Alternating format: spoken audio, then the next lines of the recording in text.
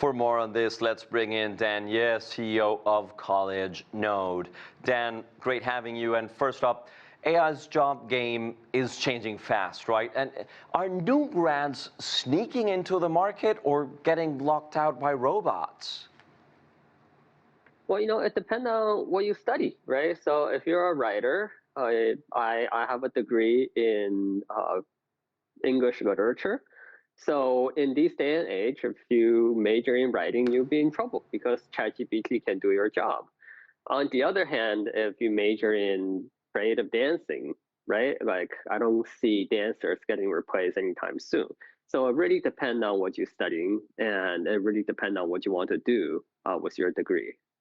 I get it. And if you're a white-collar worker right now, how should you update your resume? Well, there's an old saying, right? If you can't beat them, you join them.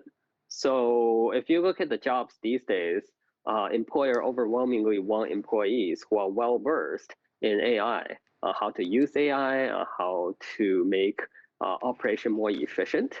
So I would say if you're a white-collar worker today, you would jump on the boat and learn as much about AI as you can. There are tons of these AI boot camps around the country. I'm teaching one at Johns Hopkins right now. I teach my kids how to invest in artificial intelligence companies, and my kids are making money, right? So the age where you go to college and you get one job for life is over. We have to be constantly learning, and we have to constantly update our skills in order to stay competitive in this environment. And at the same time, companies are using AI to jack up productivity. So are we really talking about innovation or just layoffs?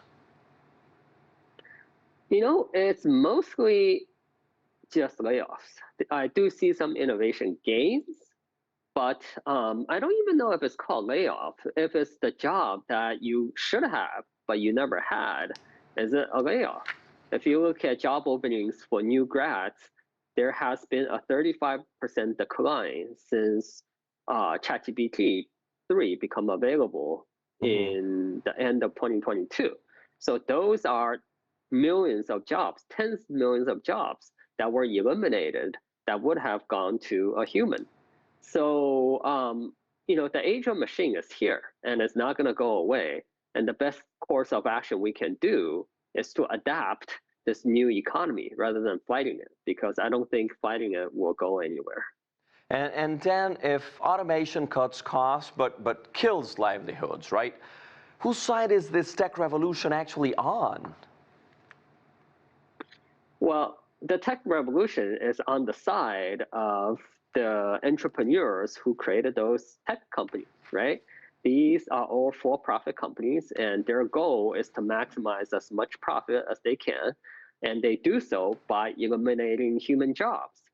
And they make it sound, prettier, right? They say we destroy redundancy, we create efficiency, but that's really just another word of saying we are going to get rid of as many humans as we can so that we can create efficiency and we can boost the bottom line.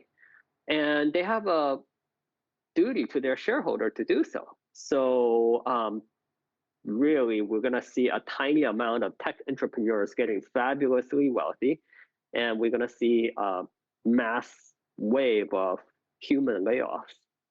And Dan, is reskilling the only antidote available in this AI transition? Reskilling is a short-term antidote, but I do think in the long term, we have really no other way other than universal basic income. I think right now there's a lot of things that you can reskill. There's a lot of openings in things that robot cannot do yet, such as plumber, sewage fixer. But in about 10 years, when you see bipedal humanoid robot taking over many of those jobs, most humans will become redundant. And the only way forward is that the government must figure out a way to give universal basic income to people so that humans, we do not starve. Just because we don't contribute towards the economy doesn't mean that those humans I see. will go away, right? We still I need see. to eat. I So see. I I really see. think that's the only way forward. Yeah, I see. Daniel, thank you very much for your time and insights.